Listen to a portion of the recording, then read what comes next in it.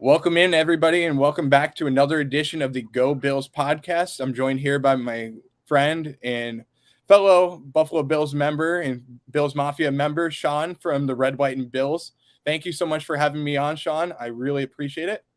Today, we're going to talk about the Week 3 matchup between the Buffalo Bills and the Miami Dolphins. But first, I'm going to give the floor to Sean and let him talk a little bit about the Red, White, and Bills. Well, thanks for having me on again. It's been a minute. I'm glad we could finally get our schedules lined up again. But we'll do more in the future as we always do through the season. So no worries about that. But if you don't know me by now, my name's Sean. Got the Red, White, and Bills channel. Started doing film study. Now we do post-game, pre-game film study, breaking news. I didn't do a video on Micah Hyde being out for the year, but I was kind of sad, so I was like, I don't really want to talk about it on a video, but most breaking news things. So yeah, if you want to check out the content, go shoot a subscribe to my channel, and I appreciate that. Yeah, Sean has the best stuff on his channel. He's been working really hard behind the scenes, giving us some draft coverage as well. So I know he's working on that. Working on that with Tony Tibbetts from the Bills Bouncer as well. And wish he could be on this as well, but unfortunately he couldn't be on this with us. But having Sean on this is awesome every single week. So I do appreciate you being a guest star on this. Appreciate it. Let's move on to the Week 3 matchup between the Buffalo Bills and Miami Dolphins. The Bills traveling down to South Beach, Florida. The Bills have looked incredible throughout the first 2 weeks of the year, playing lights out against two playoff opponents from last year in the LA Rams, as well as the Tennessee Titans, outscoring them 72-17. And the offense has looked phenomenal, only having 3 punts so far this year, which is a pretty good record so far, But we were able to get the ball back as well off of that, so I'm really happy about that. And then going up against the Miami Dolphins, who defeated the Baltimore Ravens in what was a phenomenal fourth quarter last week, where the Ravens should have put them away, honestly, but Tua came back having thrown for 469 yards, 6 touchdowns, and in what was probably a letdown by the defense for the Ravens. But this is going to be a matchup with phenomenal players on each side of the ball. But let's move on to the injury reports for both teams before we do go into this. The injury reports from both teams. We're going to start with the Buffalo Bills. A lot of injuries coming into this game. We have the secondary that is going to be without cornerback Dane Jackson and Micah Hyde. Dane Jackson is going to be out with a neck injury. I'm not sure really what the time frame is going to be for that injury, but we do have Micah Hyde, which Sean did state in his pregame. Well, it's fat. A little bit of a injury that's going to take him out for the whole entire year with a neck injury. He has a herniated disc in his neck. Ed Oliver is going to be out for this game with an ankle injury. Jordan Phillips is going to be out with a hamstring injury, so we got a little bit of a defensive line issue. Gabe Davis, Tim Settle, Dawson Knox, and Mitch Morse, as well as Jordan Poyer, are all going to be questionable for this game, so hopefully we can get them back in the lineup. There's a lot of pieces that we do need to fill. On Miami's side, we have 2 tight ends that are going to be out of this game, and Keithan Carter with a concussion and tight end Hunter Long with an ankle injury. 4 players are questionable for this game in Raekwon Davis with a knee injury. This is a big one for us. It's going to help us as well with all the defensive line injuries that we had. Teron Armstead is going to be out or questionable. Hopefully he doesn't play. I'd say out for the game. But he has a toe injury, so possibly being out for this game. So that could be an area where we target in this game. Cedric Wilson is questionable with a ribs and toe injury. And Xavier Howard, which is the big one that we're going to talk about later on in this segment, being out with being questionable with a groin injury. So you know how teams like to sometimes be cautionary in that case. So that would put Byron Jones on Stefon Diggs in that case. 3 players are full in practice for them this week. Tight end Tanner Connor with a knee injury, linebacker Channing Tyndale with an illness, and fullback Alec Ingold with a shoulder injury. So that's the injury reports for both teams.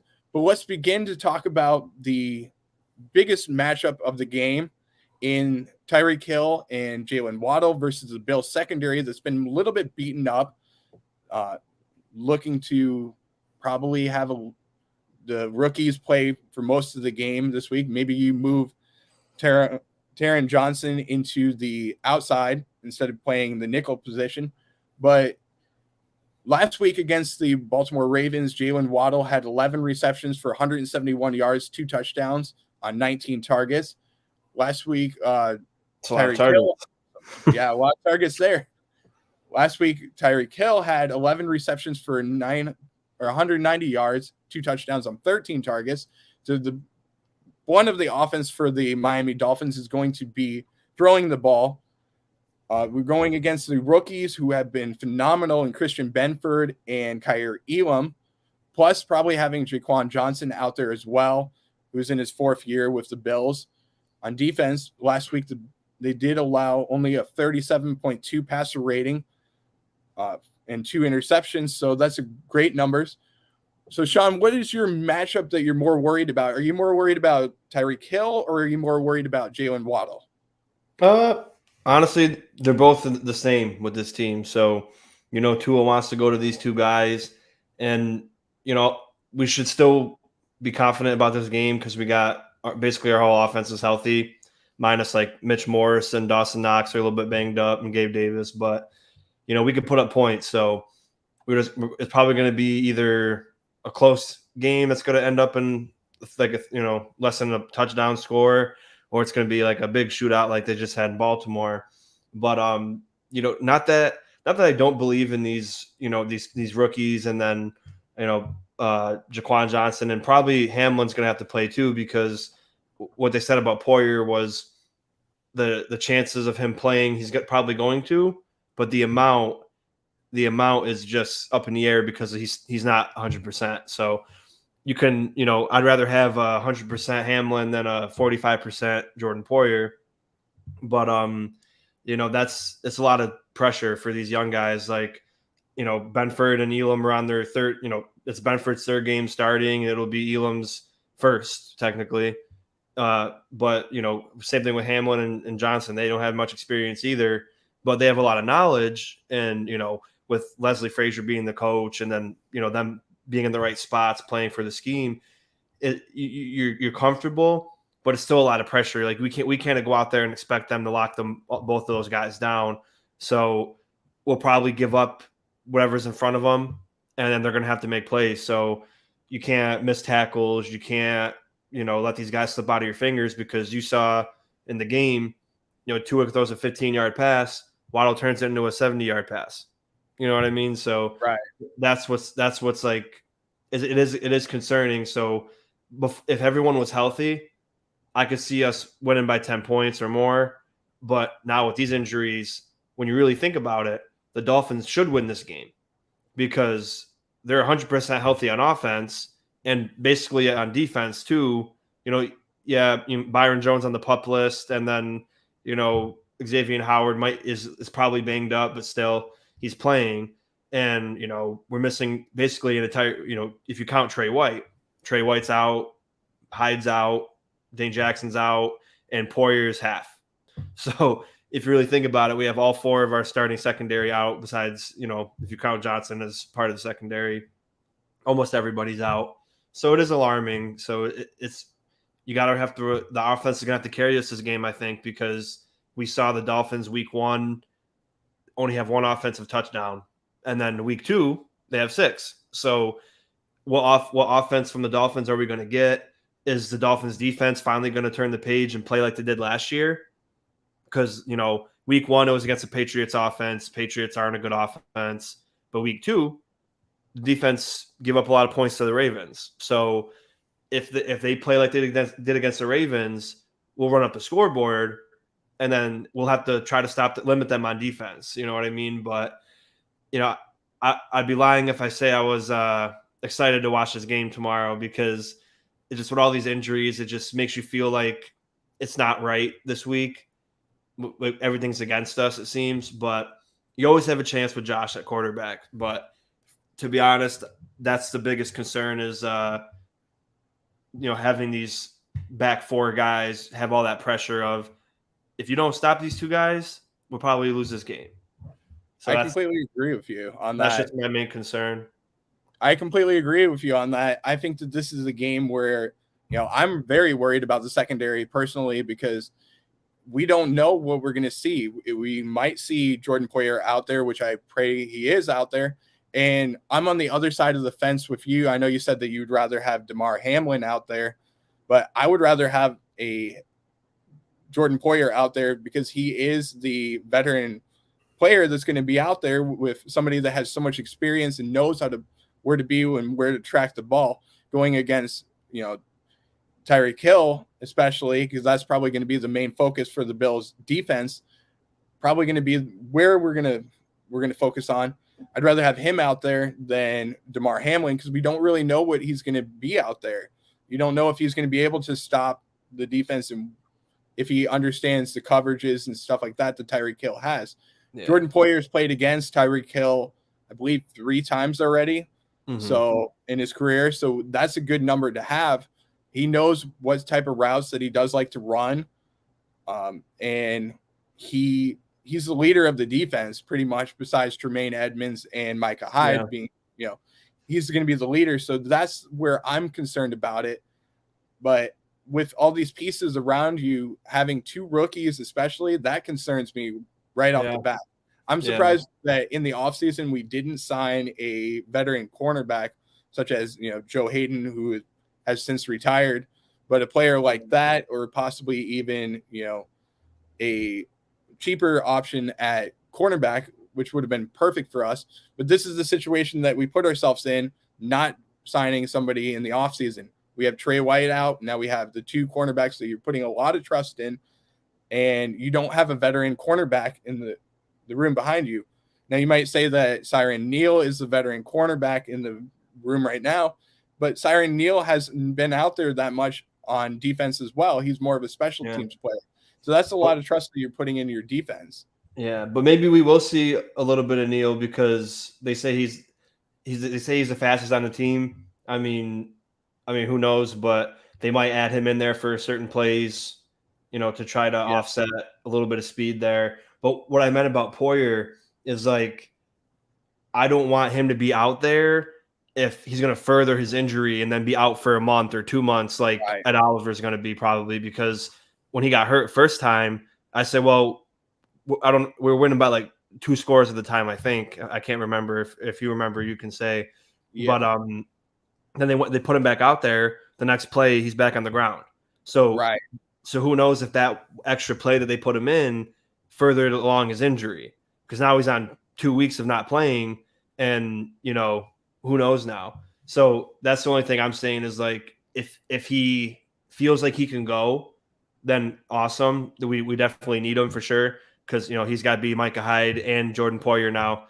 And but if it's going to further his injury and then we get screwed out of Jordan Poyer for a few weeks, we're already so banged up this week, we might as well let him rest and be good for the Ravens and, Lamar Jackson, and be good for, Pittsburgh should be easy, but then you got to play the Chiefs after Pittsburgh, and then you got a bye week. So, the only thing I'm worried about is you could string a couple losses now with all these injuries. If you drop this game and you go to Baltimore and you play crappy and you drop the Baltimore, then you got Pittsburgh to bounce back. Then you go to Kansas City, which is a 50-50 game for both teams.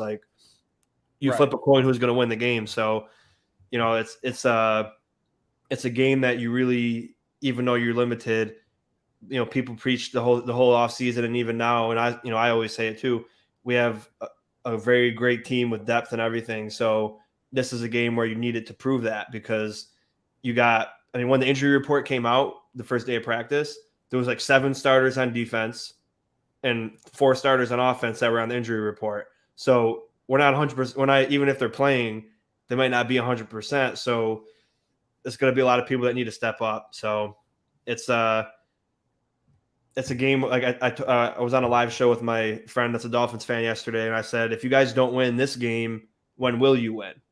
Because if you think about it, and to say everyone's healthy minus Hyde in December, you got Trey White back. Then you got Jordan Poyer 100% healthy. You got Ed Oliver and Jordan Phillips and everyone 100% healthy. If you can't beat us without any of these guys, it's going to be very hard to beat us unless we have an off day. So we're going to see what these guys are made of, and who knows? Johnson's been learning under these two safeties for a couple of years now, so maybe he's just waiting for that one opportunity.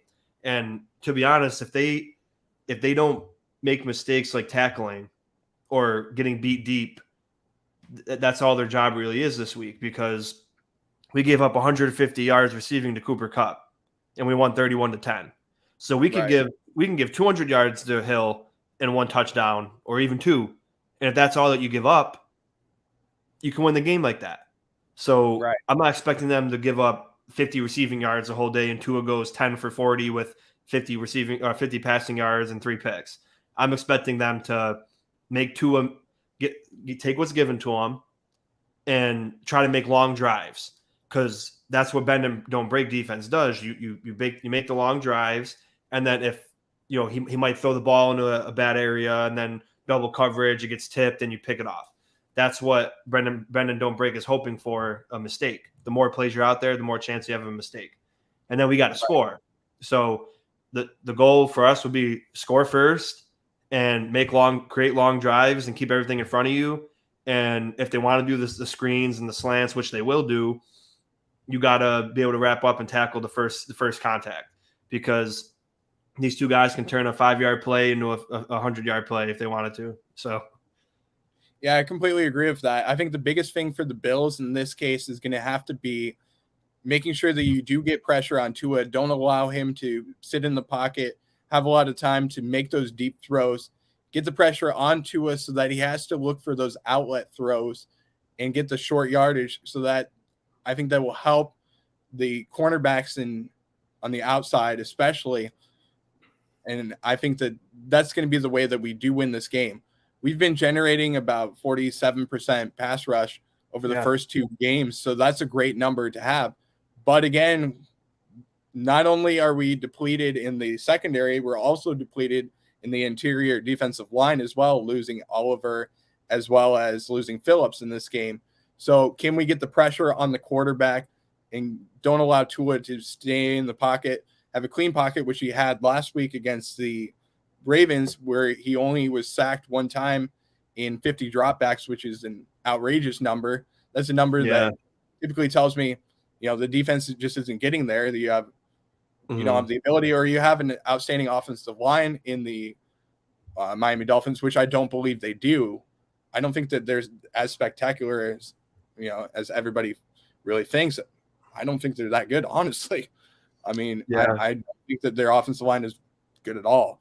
But you have to be able to get pressure on the quarterback, and that's the thing that I think Buffalo will do, possibly moving Von Miller around the defensive line, moving him from the left side to the right side, possibly shifting him in certain situations where he lines up on the outside and then goes inside to get pressure on the quarterback. That's going to be the way it has to work. But I think that the Bills defense will have a really good chance to get to the quarterback in this game and get some pressure on Tua. Absolutely. So you said a lot of awesome points there. And I watched the All-22 from the Ravens-Fins game from the last week. And they do what's going to be key for the defensive line to do. The Ravens just were terrible trying to defend this, but they did a lot of bootleg pass. So and Tua's terrible at faking. So if you're watching him, like if you're a linebacker, you already know that it's not going to be a run play. But these Ravens linebackers were getting sucked in immediately. Defensive ends were not containing properly, and then Tua would do his boot, and then he's wide open, and then makes a play. So if Rousseau and Vaughn will have no problem when they're not going after the quarterback to contain and keep Tua from rolling out and finding Hill and Waddle, because as he stated a couple weeks ago, I'm too short. I'm not the tallest guy. I'm short, so you got to get open so I can see you. So that's also probably why they do the bootleg, because it fits into their offensive scheme, and they like to run the ball too. And But honestly, even without Oliver and Phillips, the D-line is just a huge mismatch for their offensive line. So Greg Little's at right tackle. He's the backup, and he'll be going against Rousseau most of the time. Then Robert Hunt, the right guard, he's pretty good. He's not elite and he's not terrible. So he's above average for sure at pass blocking. Connor Williams didn't have a good pass blocking time at all against the Ravens. And the week before that, though, he did excellent. So when you look at PFF, they have like both games, every game combined for the year. So his first week grade for passing was pretty good, and then it dropped like 30 points the next week. So that means that he didn't have a great pass blocking grade, but his run grade has been up there. So you got one guy so far who's very good at run blocking. Then Armstead, the left tackle, is good at both. So, and then you got and Robert Hunt, you could say is pretty decent in pass blocking. And then Liam Eichenberg, their left guard, he's like a Cody Ford to us. He's out of position. He's a tackle. They put him at left guard, and he's absolutely horrendous. So you can even put Vaughn against Liam Eichenberg, and then there's gonna be nice stump plays where you got the inside guys going out and things like that. So I think even with Armstead going against Von Miller, Von Miller's a Hall of Famer for a reason. So when a tackle like that you're playing against, I don't have any worries about Von. So Von's going to win some, he'll lose some, but overall the defensive line is still a mismatch with their offensive line. And it'll be nice now to see. Yes, it really stinks to not have Phillips and Oliver, but now if Settle's playing, which he should be, we'll be able to finally see what he's made of with a more. This is your spot now. See what you and Jones are the 1 and 2. Let's see what you do now. And then the only thing I don't like is C.J. Brewer and Brendan Bryant and Prince Emili that are going to have to be rotated in when they're okay, but they're not as good as if you have Phillips and Oliver and Settle and Jones. So I still think, though, overall the defensive line's fine because you can put Boogie Basham inside. He's actually, believe it or not, if you look at the first 2 weeks, he's in the top 10 for his position. I think it's out of 70. He's number 7. So, I mean, he's been playing awesome. So I'd like to see him in there more this week. Inside as well as outside, and then Epinesa. So I think we'll be fine defensive line matched up against their O-line. But like you said, they're a lot better than last year at the O-line. But even now, the first 2 weeks, small sample size, of course. But Armstead, good pass blocking, good run blocking. Connor Williams, good run blocking. And Robert Hunt, good pass blocking. So there's not, and even the fans say it, we don't have guys that can do multiple things. Right. So it's a lot better, but it stinks. So that's what we're going to have to, like you said, the pressure is going to win. But I think if Mike McDaniel is who they say that he is, he'll get a page out of our book and be like, well, they beat not Von Miller, Aaron Donald and Jeffrey Simmons. They held them to 1 sack total and like 3 pressures total in both those games by passing the ball quick. So that's what they'll try to do. They'll try to do the screen passes, but that's when it's important for the linebackers and for the rookie corners and safeties to make the play. You can't let these guys slip out of your hands and be on your toes because they like to run those boots. They send motion guys.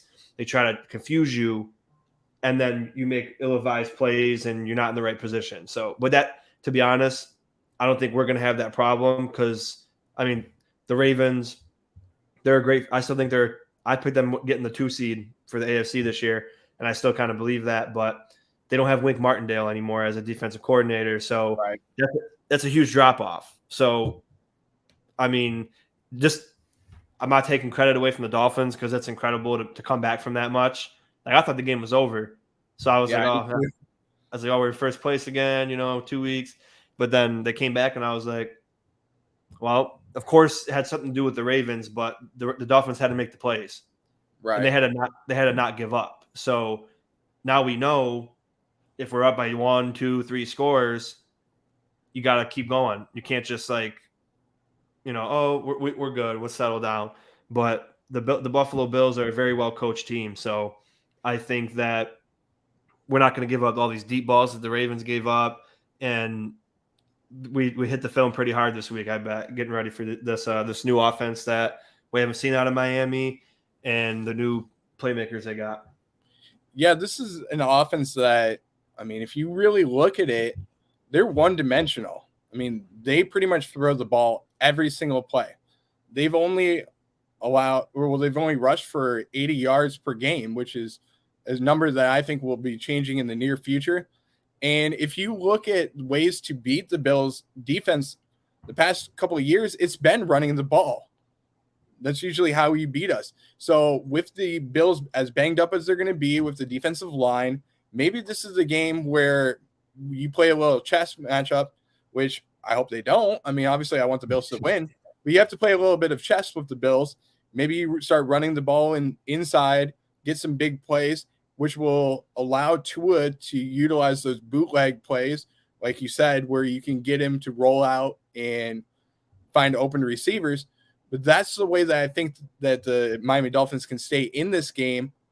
But the way that the Bills can fix that is getting pressure on Tua, especially, which I think they will do different ideas where, like we said, maybe you have Boogie Basham play inside. You could even move Shaq Lawson inside as well, just so that you can get some pressure on the quarterback, and you can play a 4 defensive end role in that situation, but you also don't want to have defensive linemen out of position. You want to have the best guys out there at the right times, which is why I do believe that we're going to utilize Prince Emili, especially CJ Brewer and Brandon Bryant on the run plays. That's going to be where we utilize them. And then you have Tim Settle and Daquan Johnson as well out there for the pass rushing plays. Maybe you take Daquan out because he's more of a run defensive lineman, but you can move Brandon or Bryant for the plays just because you want the bigger defensive lineman out there for pass rushing plays so that you can get that interior pressure with one of your guys in Tim Settle. That's where I would utilize that. And then you can also move Boogie Basham inside again. Like we said, you can move different pieces around, but I mean, this is going to be a real tough task for the defensive line. And I do think that on the outside, I'm really happy with Von Miller and Greg Russo going against the right and left tackles for the Miami Dolphins. I'm not really worried about them. I'm more worried about the interior defensive line because this is a Dolphins team that has played a lot of chess in the offseason to the moves that the Bills have been making. You talk about getting all the running backs that they've gotten. You know, they are loaded with running backs right now. And the best way to beat the Bills last year was running the ball. That's the one thing that I was really worried about. And I said, whatever team I talked about it with you in the offseason. We said, whatever team that gets a lot of running backs and gets good defense, offensive linemen is going to be a team that's going to go up against the Bills and have probably some success. But if you also get Tyreek Hill and you have Jalen Waddle, you have Mike Gesicki as well. They have the ability to beat the Bills. And if you look at the Vegas spread is only 5.5 for the Bills. That's kind of telling you that this could be a wash game where, you know, I know that they're thinking maybe the Bills were going to stay healthy in the secondary. It wasn't going to be as bad of results for Micah Hyde, and we weren't going to have so many players out. But this is a game where I think that, you know, Miami could push us a lot, and I think that they will push us to the end. But this is a game where, you know, it could go back and forth a lot. Yeah, I agree. I just got a word from my friend that sources are saying that Poyer's not expected to play tomorrow. So that would be fair. That would suck. But yeah, you're right about that. And I think Miami's got a lot of good running backs, but they haven't been able to run the ball consistently, again, because of their mixed matched offensive linemen. Like one of them can do this, one of them can't. And, you know, we gotten a lot better in the run defense too. And having Vaughn on the outside is really helpful. And that, you always got Matt Milano in there in the middle, and Edmonds can sometimes make good plays in the run. So I think we'll be able to stop the running game, but I think it might not seem like it because we'll be more focused on defending the pass. So Right. they might seem like they're getting a lot of run plays on us, but it's because we're more focused on the pass. Against the Titans, we were focused on the run because we know they didn't have any receivers that were worth anything to guard. So, Right. But after the first drive, we did good on both fronts. But this game, I have a feeling they're going to try to make the Dolphins have long drives. They're going to put everything in front of them, and they're going to allow, hey, you take this is what we're giving you, see what you do with it. And I did notice, it was against Baltimore too. They're a heavy run team. They had a heavy box almost every play, eight to 9 guys in their box. So, I mean, they probably won't do that against us. They'll probably disguise it and try to do the zero blitz like they always do. But by year 5 now, Josh Allen should already know all that stuff that's coming, and he'll be used to it and be fine. So I think it's going to be a tough game, especially with, if Poyer's out too.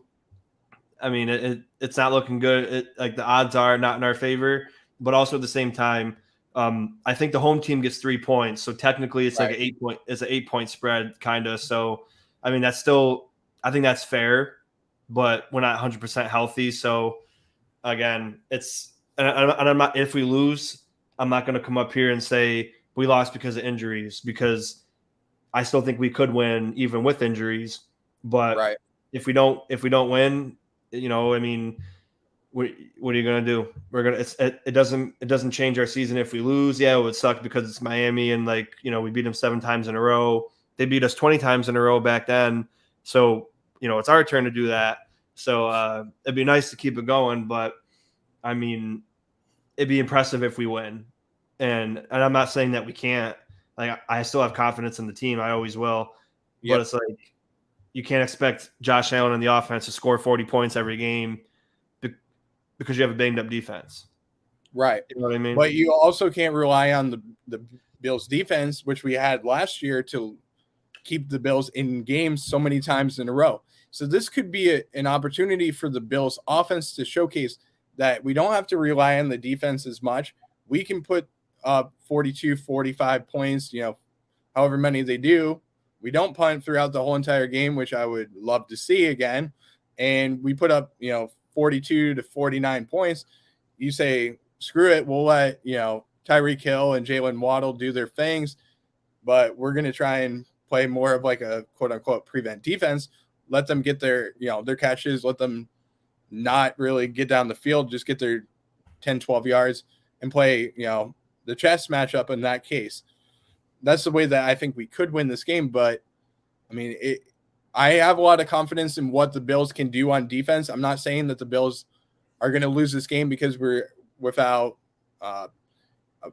Jordan Poyer, Micah Hyde, and Dane Jackson. I think we can stay in this game. I think we can have a lot of success if we do the right things, stay disciplined, stay with your ability to eliminate the penalties, especially, which is one area that I'm still concerned with a lot on the Bills, especially, is eliminating the penalties, doing what you have to do at the right times, making sure you wrap up the tackles, which we have talked about so many times over the past year and a half that we've been doing these pregame shows and postgame shows, especially. We've talked about it, wrapping up your guys, making sure that you are fundamentally sound football team, which we talk about. Sean McDermott so many times saying that we have to be fundamentally sound and be smart throughout the whole entire game, because this is going to be our biggest task so far of the year. I don't think it's the biggest task that we'll have of the year, but this is going to be a task that we have to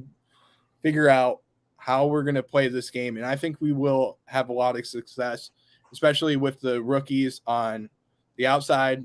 And I think that if you watch what, Micah Hyde and Jordan Poyer have done throughout the 5 years that they've been in Buffalo, you can see what they've done, and you can also have them help you, the safeties especially, in this game to get ready for this game, and I think the safeties will have a lot of success. And hopefully it's Damar Hamlin and Jaquan Johnson. If that's the case where Jordan Poyer is out, I'm not ruling that out, but maybe we do have Jordan Poyer out, and maybe your source is not correct in this situation. But that'd be nice. Maybe, I mean, it would be nice to see, but you always have to play the cat and mouse game. We don't know yet. Is the inactives haven't come out, but knowing out.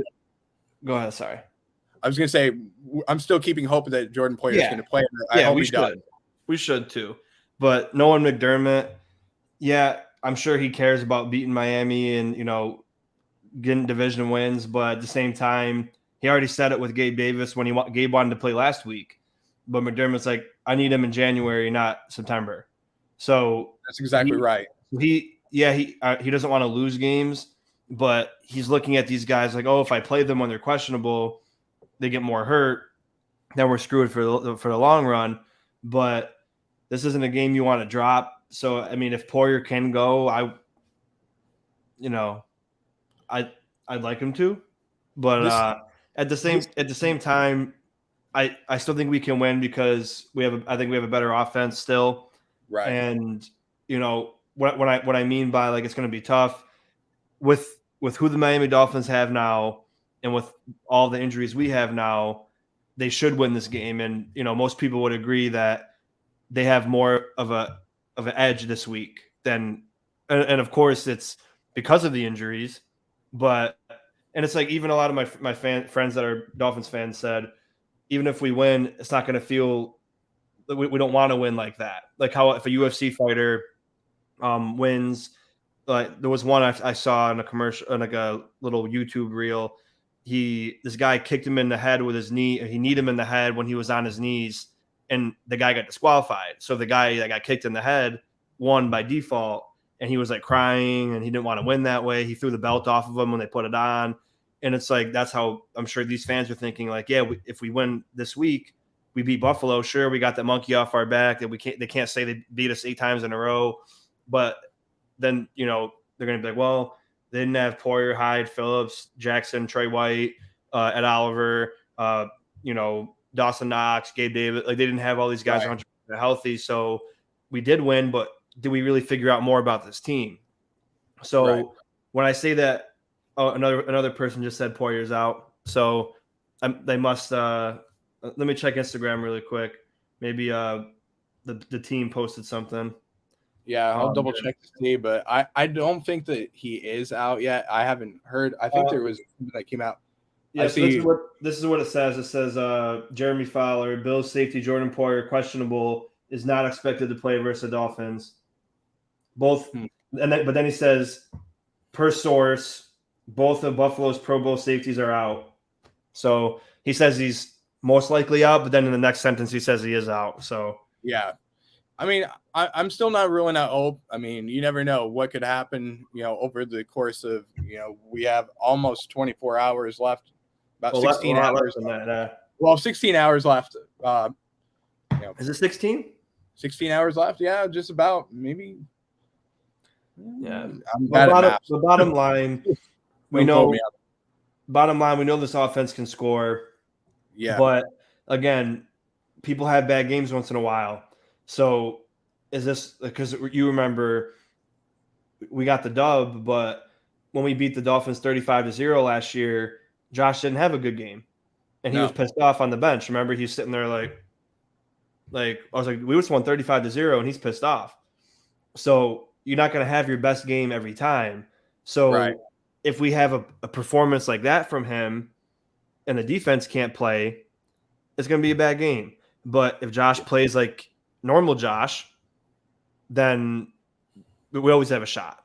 So I think no defense can actually stop this offense, and we have a shot for sure. But it's going to be a heck of a lot harder and a lot more. I'm assuming, because when you really think about, I thought about it too. Is our depleted defense as good as the Patriots defense? And it might be close. I mean, and they only let up one defensive touchdown, one offensive touchdown against the Patriots. So it's possible. I mean, I'm not saying the Patriots defense is bad, but I think even as depleted as we are, I think we're at least the same as them right now, if not a little bit better, because we got a better D line and better linebackers. But I mean, it's possible, dude. I mean, the Dolphins could come out and have the worst game that they're going to have this season, and then we get lucky because we beat them with all these injuries. And at the same time, though, you just come off a huge comeback win.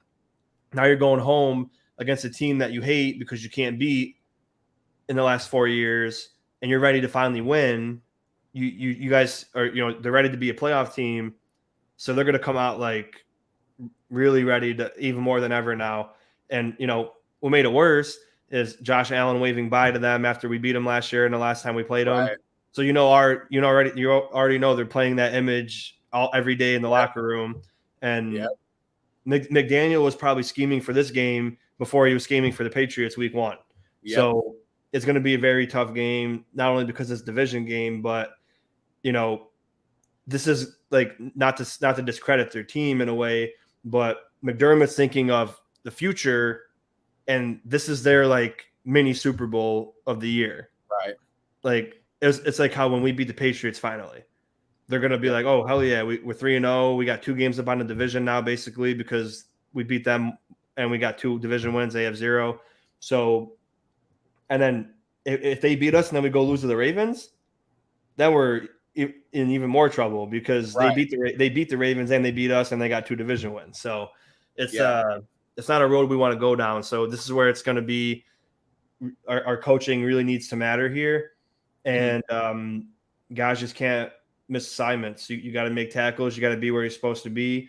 And these safety, Hamlin and Johnson and Elam and Benford, they need to play like this is their last opportunity to be on the field because it's going to be tough, man. Like they gotta play stellar football, not perfect football, because it's not easy to do against these 2 guys that Waddle and Hill.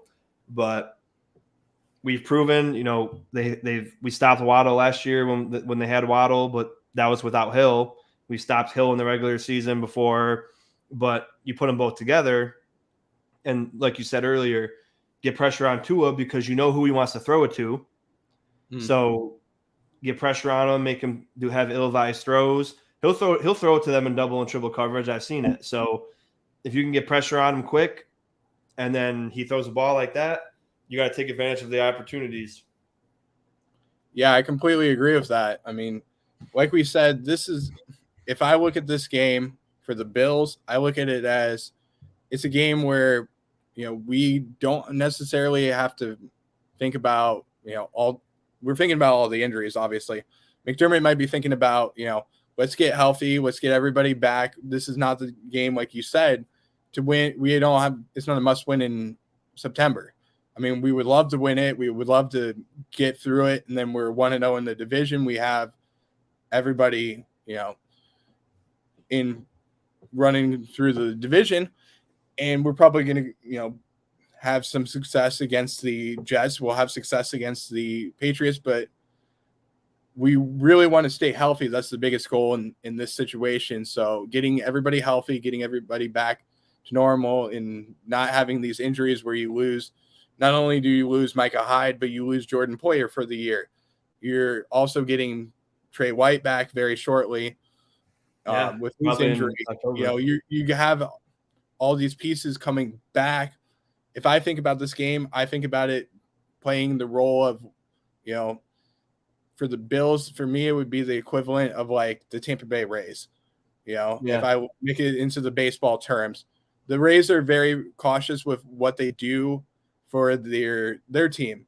And they like to play, almost every single guy throughout the season. They utilize so many different matchups throughout the whole entire season. I think they lead the MLB almost every single year in like different matchups that they have every single week. So they don't utilize the same matchup like the New York Yankees do almost every single week that they do it in every single game. So this could be the Buffalo Rays situation where you utilize a different matchup in this case and then see what we have, because we have, in my terms, we have a very deep farm team I'm going into using the baseball analogies in this situation, so trying to be funny with it as well.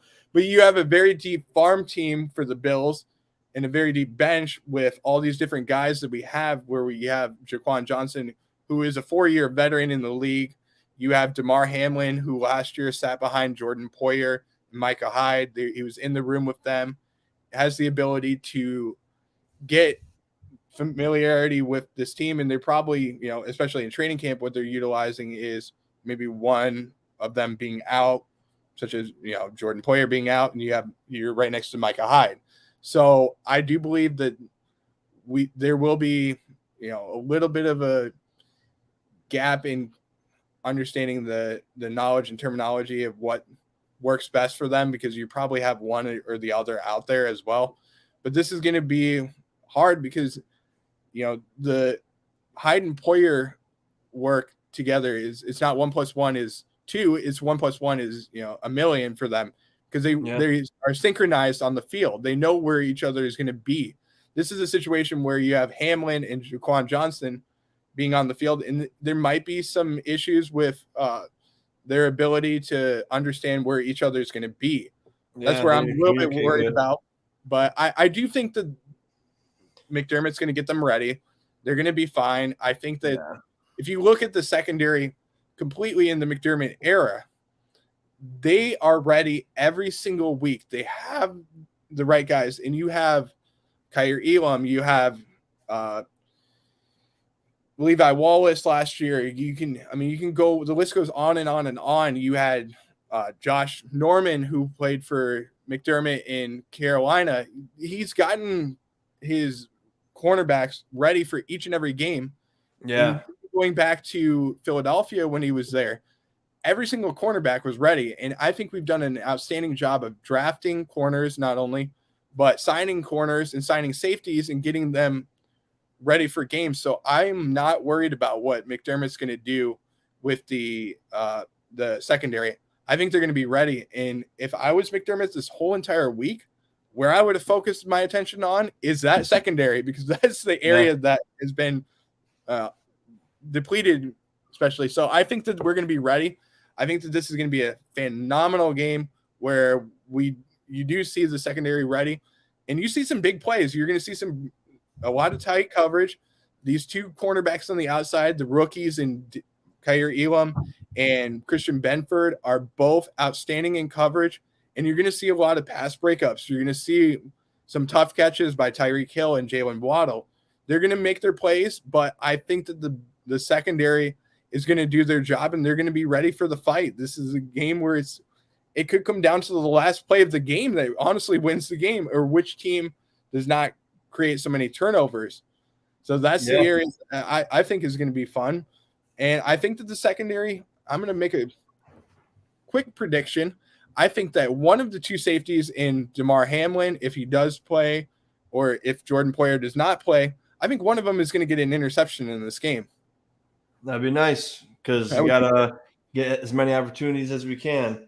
Yeah. And, I don't want it to be a high-scoring game, because, we do have a legit defense, so giving up 40 points in a game with a hurt defense is going to, destroy the look of our defense. I know that's dumb to say, but as long as we get the win, I mean, and especially in this kind of week where you're going against a good division rival and you're banged up pretty bad, if you can just come out with the win, it doesn't matter if it's 50-50, 50-49, or 3-2. As long as you get the win, that's the goal this week. It's not about it's not about providing number one defense stats necessarily, even though we are. But like, if you give up 30 points this week, and we win 31-30 or 34-30 or 37-30, that's all that matters this week. And we got the linebackers and the D line ready to go.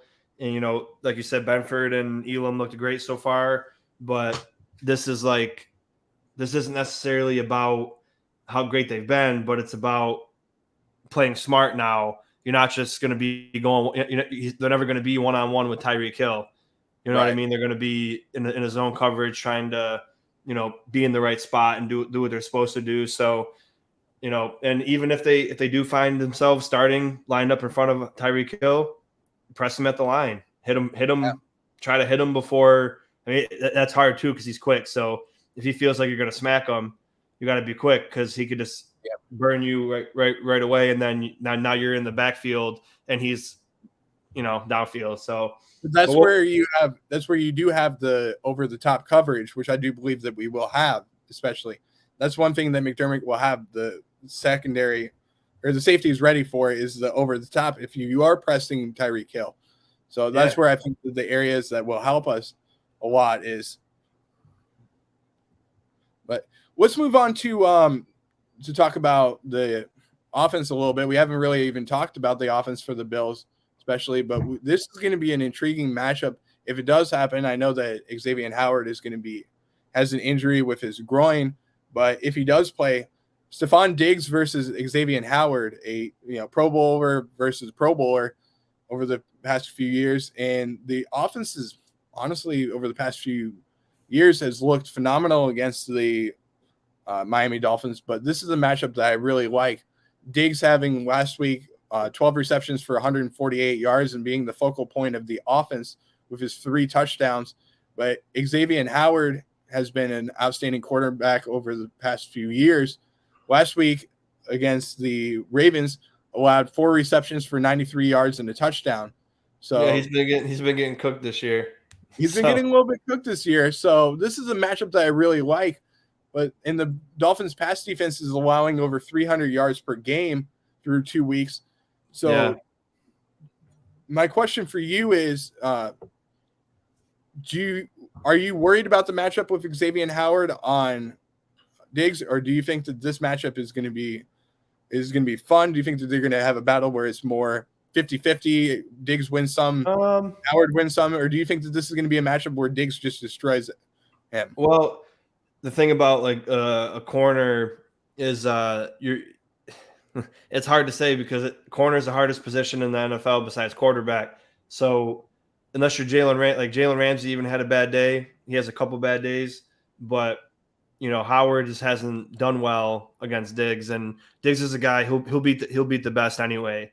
And if it's out of 10 times, you might beat him 5 or 6 or 4 or 5, and that's all you really need from your guy going against the best. And then thankfully you have Gabe Davis now, and you don't have to worry about not that I took back my hate for Jake Kumaro because he had a couple nice catches last game, but I'm more scared of, if I was a defense, I'm more scared of Gabe Davis lining up and then Jake Kumaro. But now you got Gabe Davis back, and then Jamison Crowder, who the Miami Dolphins also know who's very fast, and we know because he scored 85-yard screen pass touchdown against us a couple years ago. So, and you got McKenzie too. They have really bad linebackers when you consider, Landon Roberts and Jerome Baker. I'm not talking about Agba and Malvin Ingram because I consider them, even though they are a linebacker, they're down, so I consider them a D-line. So their linebackers are terrible. So you got Dawson Knox, Gabe Davis, Isaiah McKenzie, Jamison Crowder, Diggs. And this is what I meant. This defense did not look good this year yet, but this is the same actually it's better than they had last year because they also beefed up. They got Zach Zeiler in the D-line, and he's very good so far in the 2 games. He's been their main run blocker, not so much of a pass rusher. They haven't generated an organic pass rush in the first 2 games at all. They have to blitz, and even with the blitzing, I think they only have 2 or 3 sacks in the 2 games. So they really haven't performed defensively, and that's the only thing I'm saying is I still think they're a top 10 unit, even though they haven't played like it yet. But it's just a game where they're going to play like a top 3 unit, and then then it stinks. But even if they're a top 3 unit, our offense can play with the best of them, so it'll be fun. But I really think they got Javon Holland too. He's a great safety, but Josh Allen's going to have no problem, I think. And even if they are playing, to their level, I still think Josh, he remembers that game last year where he didn't play too well, and he's not going to let those same things happen again, especially because, it's a different coach for offense, but their defense is the same players. So essentially, their tendencies, what kind of defense works for the Dolphins. And, Byron Jones being out is good too, because Byron Jones and Howard are pretty good. But without Byron Jones and a banged up Howard, especially, that's even more of a mismatch for us, or for them, trying to defend us. So, and they don't play zone because they can't. They're not a good zone team. Yeah. So it's just going to be, can the offense perform like they're able to? Because again, I'm not anticipating them having a bad day, but they're going to have a bad game at least once this season, and that just happens. Yep. Is it going to be this week? Is it going to be next week? Is it going to be the Super Bowl? Who knows when it's going to be? And that's all teams. It's hard for even look at the Chiefs when they had Tyreek Hill too. They didn't have a good game every time offensively. So it's just, are they going to come out and perform to their ability that they're capable of? Are they going to downplay? Are they going to have all these injuries in their head looming, and they're upset, and they're it's all in their mind, and they're like, oh, now we have even more pressure to win, and I know they're players, so they think differently than me, but it's a lot different than going in there fully healthy, ready to win. So hopefully we get the normal offense, but I'm not really worried about Howard on Diggs, because I think Diggs beats him more times than not. I completely agree with you on this. I think that this is the situation where Diggs plays the best in man coverage. I think he's an outstanding receiver in man coverage, and no matter who he goes against, he can beat almost every single player out there. And I do believe that he will get his matchups where he does get, the ball thrown his way. He's the focal point of the offense. The offense pretty much runs around him and Josh Allen, and we don't run the ball necessarily. That's what we've seen over the past few years. So maybe we will this week. Maybe we will. But my question for you is, how many touchdowns for Diggs this week? 2. 2? All right. I'm going to go over on 2. I'm going to say he gets 3 touchdowns again. That's tough to go 3 back-to-back. 3 back-to-back. Wow. Gets over 150 yards this week, and completely toast Xavier Howard this week. Yeah, I do believe that Xavier Howard is an excellent cornerback in this league. He is a ball hawk, but I do think that the Bills, especially Josh Allen, has looked phenomenal throughout the course of the year. And I think that he will get the ball out very fast in these situations. And I think that we're going to utilize Diggs more in the slot position than he has been outside. So I think they're going to move Diggs around, utilize him in the slot, get him going. But a player that I do think on offense is going to have a good game is, I do think that Isaiah McKenzie is going to have a good game, because he is phenomenal as well in man coverage. So I think that he will get a lot of catches as well. So, but I think that the Bills are going to spread the ball around like they do normally throughout the game. But I do think that the run game is going to have a fun time as well with this. So I'm really looking forward to what the Bills do on offense, and I have to give a ton of credit to Ken Dorsey. He has done a phenomenal job throughout the year. He looks incredible. I love what he's done. I love the direction that the Bills offense is going in, and this is a fun offense to see. So, yeah, and I think it hasn't even hit its ceiling yet. I completely agree with that. I think that, the sky's the limit on this. I think that we could see a lot more, and I'd like to see them get Dawson Knox more involved. That's one area that I think that the Bills can do a lot better job of. And I'd really like to see more play actions with Josh rolling out and hitting his first target too. I think that getting the ball out quicker is working really well for the offense, and just finding the right pieces in order to get Dawson Knox more involved. And I thought that this was going to be a 2 tight end set more of with the offense going around, but it really doesn't look like a 2 tight end set. Yeah, we'll see. I mean, Morris was hurt, and they brought him back, and then they're trying to get him into the game to get the reps in. So he's probably still learning, and to be honest, I think what's going to end up happening, Diggs is going to get doubled eventually.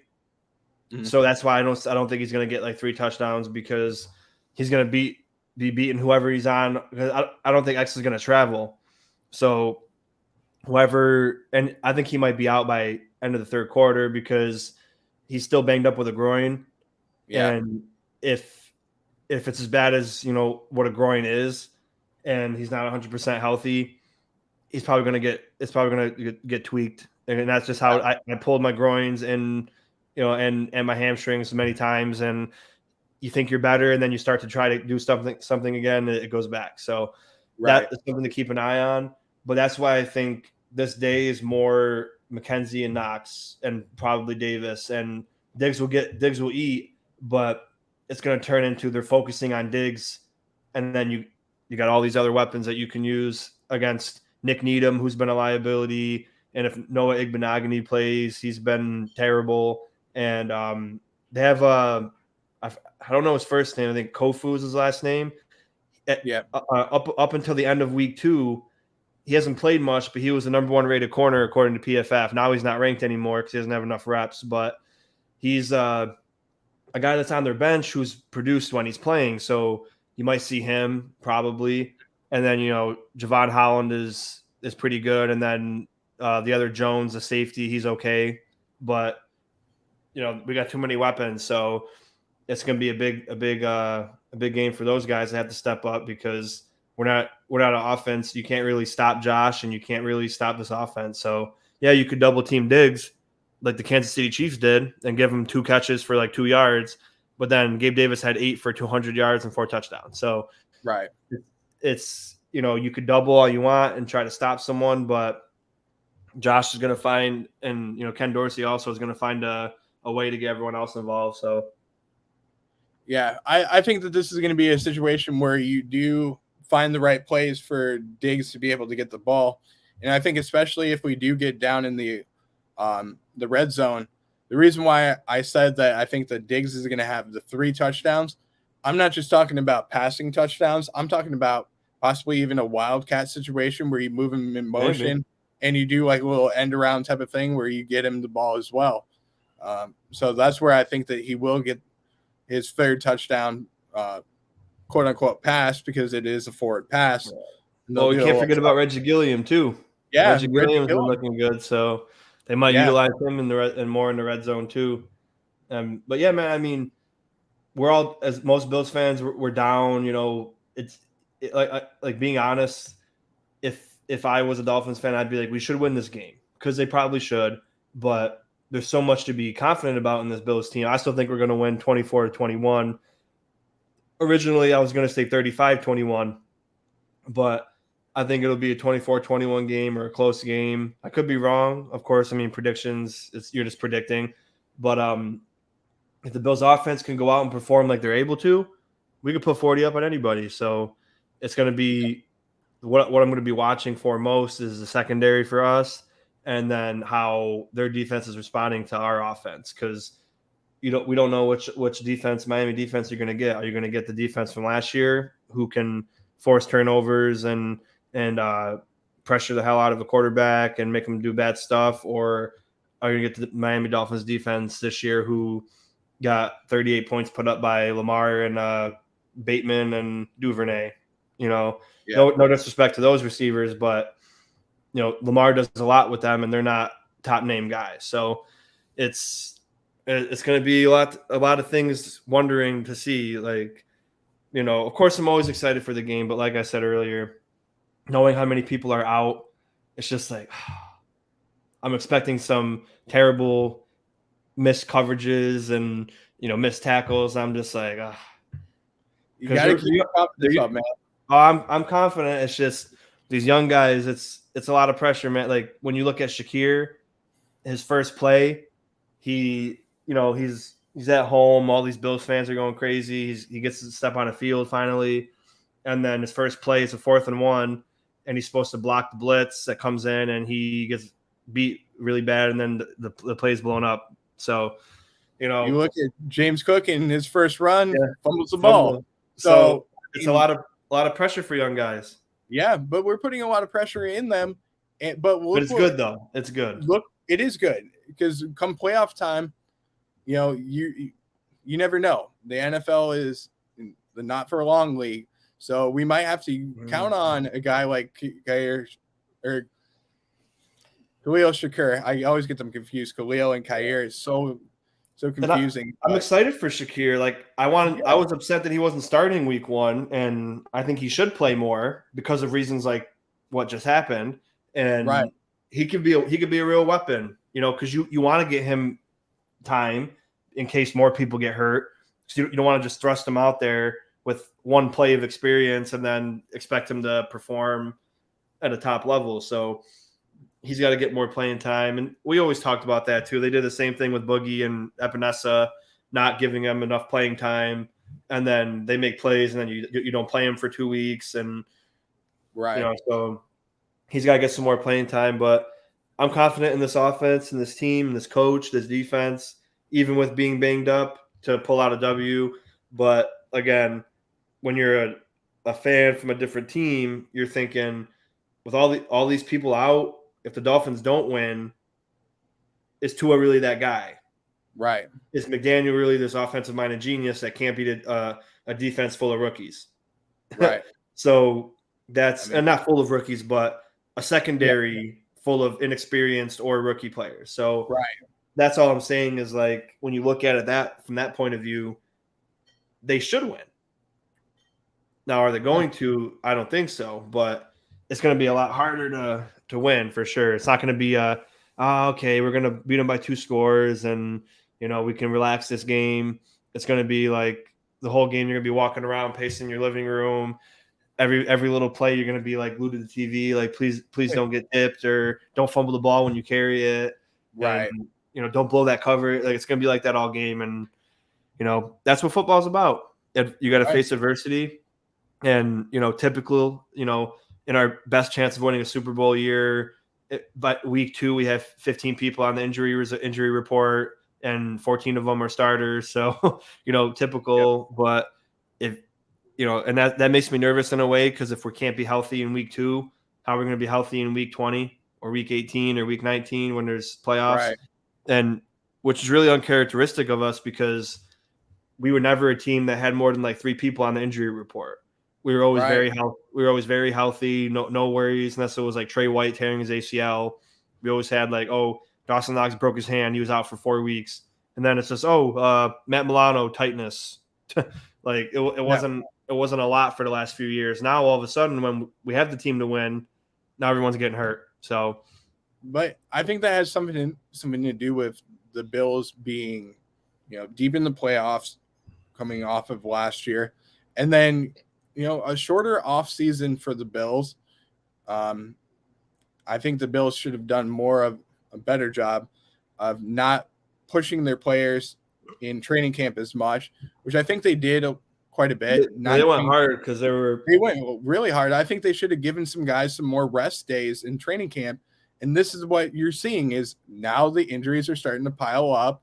And I don't necessarily point it back to training camp, but maybe you give some guys some rest, mixing guys throughout training camp. But, they went pretty hard in training camp.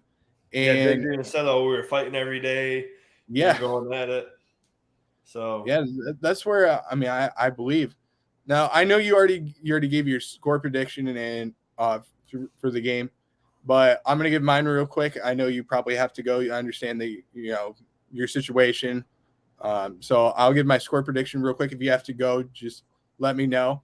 But my score prediction for this game, I think the Bills are going to have a fun time throwing the ball on the offense.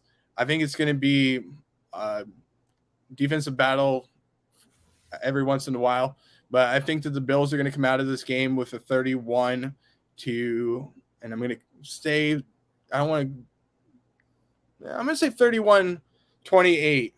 I was going to say 31-27, but I think it's going to be 31-28, Bills winning this game. And my fantasy player of the game in this situation is going to go out to Stefon Diggs for winning the game. But my fantasy sleeper for the game is going to be Isaiah McKenzie.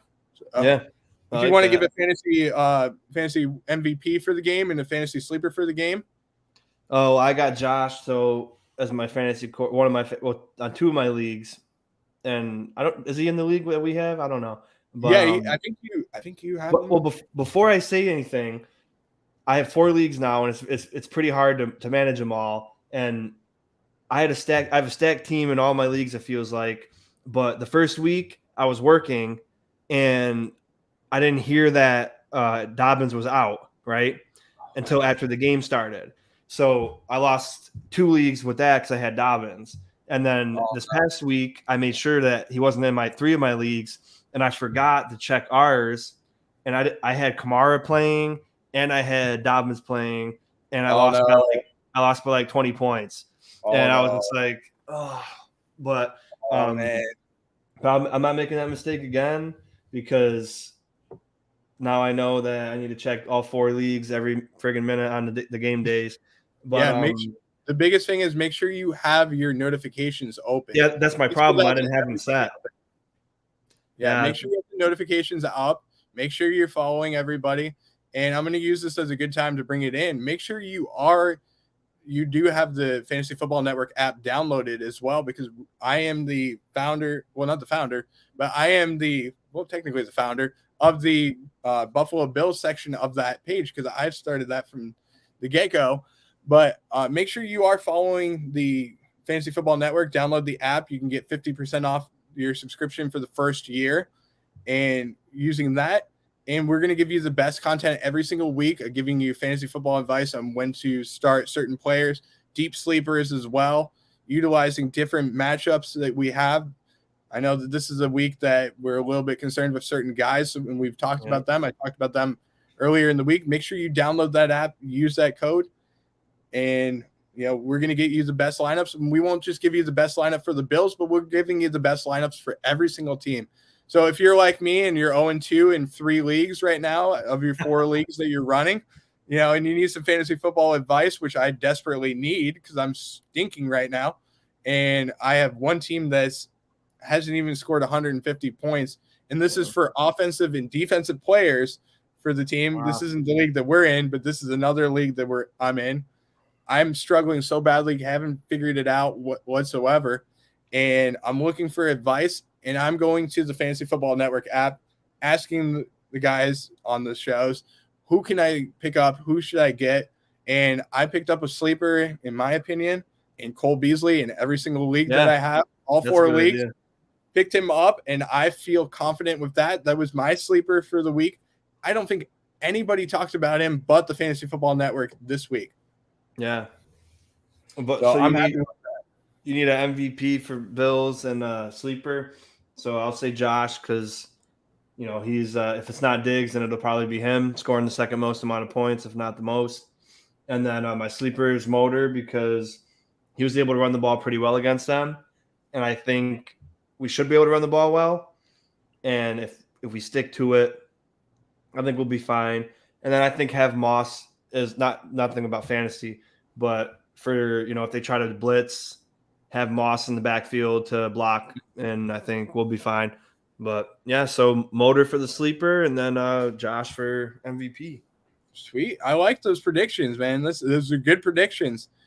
So I really like that. I think that the Bills are going to have a phenomenal job. I think that this is going to be a fun week especially for fantasy football, but a fun week for Bills football too, because every single week is fun. You never know what the offense is going to do. You never know when there's going to be a interception or maybe even a pick 6 like we saw last week with Milano. So it's going to be a blast. Well, I can't wait for this.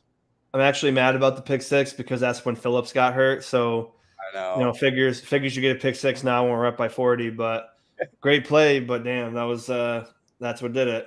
And I felt bad because when I first saw the clip, I thought it was funny because I thought Phillips just tripped because he was like sprinting and then he just fell over. And then I was like, oh, he's hurt because he showed up on the injury report, and I was like, oh man, I feel bad for laughing, but I mean, of course, on a play, like, why was he even sprinting anyway?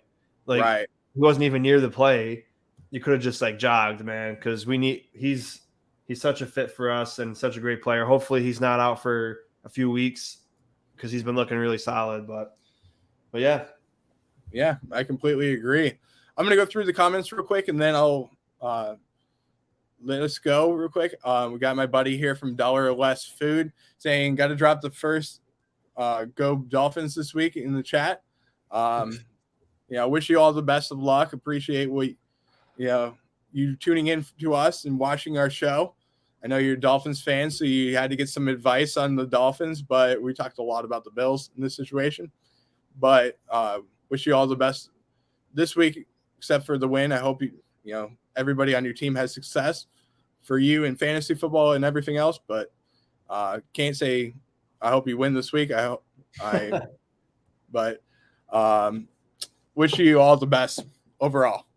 And then he asked if I'm going to the game. I'm not going to the game. I won't be there just because I like to mostly watch the games from home. I like to watch them with my father and my fiance and my brother and mom. So it's a lot of fun to watch them. So I won't be at the game this week. Sean, are you going to be there? No.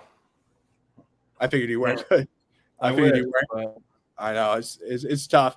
And for everybody that is going down to the game, be safe, especially with the hurricane coming our way. So wish everybody safe and all the best. Hope you take all the precautions that you need to in this situation with the hurricane coming our way. So wish everybody success. Well, not success, but I wish everybody stays healthy, and my positive prayers are with everybody. And then I dropped this in the comments before this. After you said the Go Dolphins, I said Go Bills, just because we are a Bills podcast. We can't say Go Dolphins on this page. And then Derek McDurphy said, "Let's go Buffalo." Of course. Dollar Less came back with a comment saying, "I'm calling it now. Jason Sanders will have 8 points," which I believe is probably going to be right. He is a fantasy expert on getting you the points that you need. So 8 points would be good, but I think it's going to be a little more than that. Yeah. And then Derek Presti, appreciate you tuning in. Derek came in the comments saying rookie secondary needs to show up this week, which they definitely do. But I think it's going to have to be more of the back end of the secondary having to step up more in this situation. But I do think that the defensive secondary and the rookies is going to have to show up. Going to have to play a lot of tight coverage. But the biggest thing that I have to say, and I don't know, Sean, if you're going to say the same thing real quick, is you cannot hold these receivers. You can press them at the line, which we talked about. Utilize that 5 yards on the first 5 yards in pressing the receivers. But we saw with Kyer Elam especially struggling with his holding and stuff like that, getting pass interferences. So you got to make sure that you don't hold these receivers and you don't give them free yardage on these plays. But make sure that you do have tight coverage. I do want the tight coverage. I want them to be able to go for the ball. Make sure you are looking at the ball instead of looking at the receiver and getting those pass interferences. But that's my take on it. How do you feel? Yeah, I agree. It's got to play sound football. Can't make those little mistakes. Even though you're rookies, you can't make rookie mistakes this week. I completely agree. Well, Sean, I appreciate you tuning in with us, and I appreciate you hopping on the live with us. You can find Sean on Instagram at red_white_bills. Mm-hmm. Appreciate everything you do for us. You've been a phenomenal help for me, getting me all the behind the scenes work that you do for me. One thing that I have to talk to you about off screen is how to get that film study that you're doing. For sure. Yeah. I want to get that up and going. Maybe join in with you on some film studies as well. That would be a blast. Yeah. I really do like that. I love seeing that, what you did there.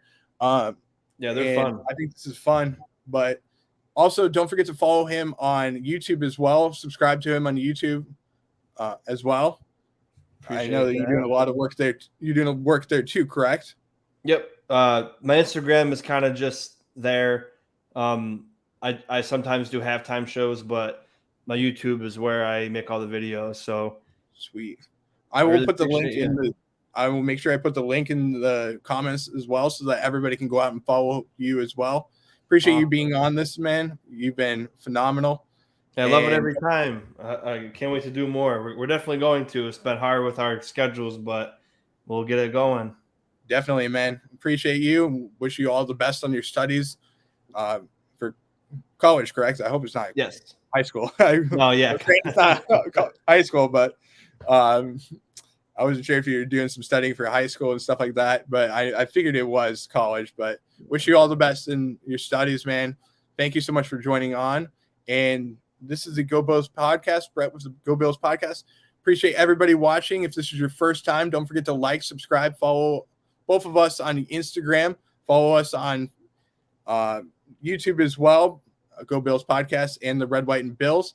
And you can find me on Twitter and TikTok now, and in the very near future on our website. So, awesome. John, thank you again. Thank you, man. I appreciate you. Go Bills. Go Bills.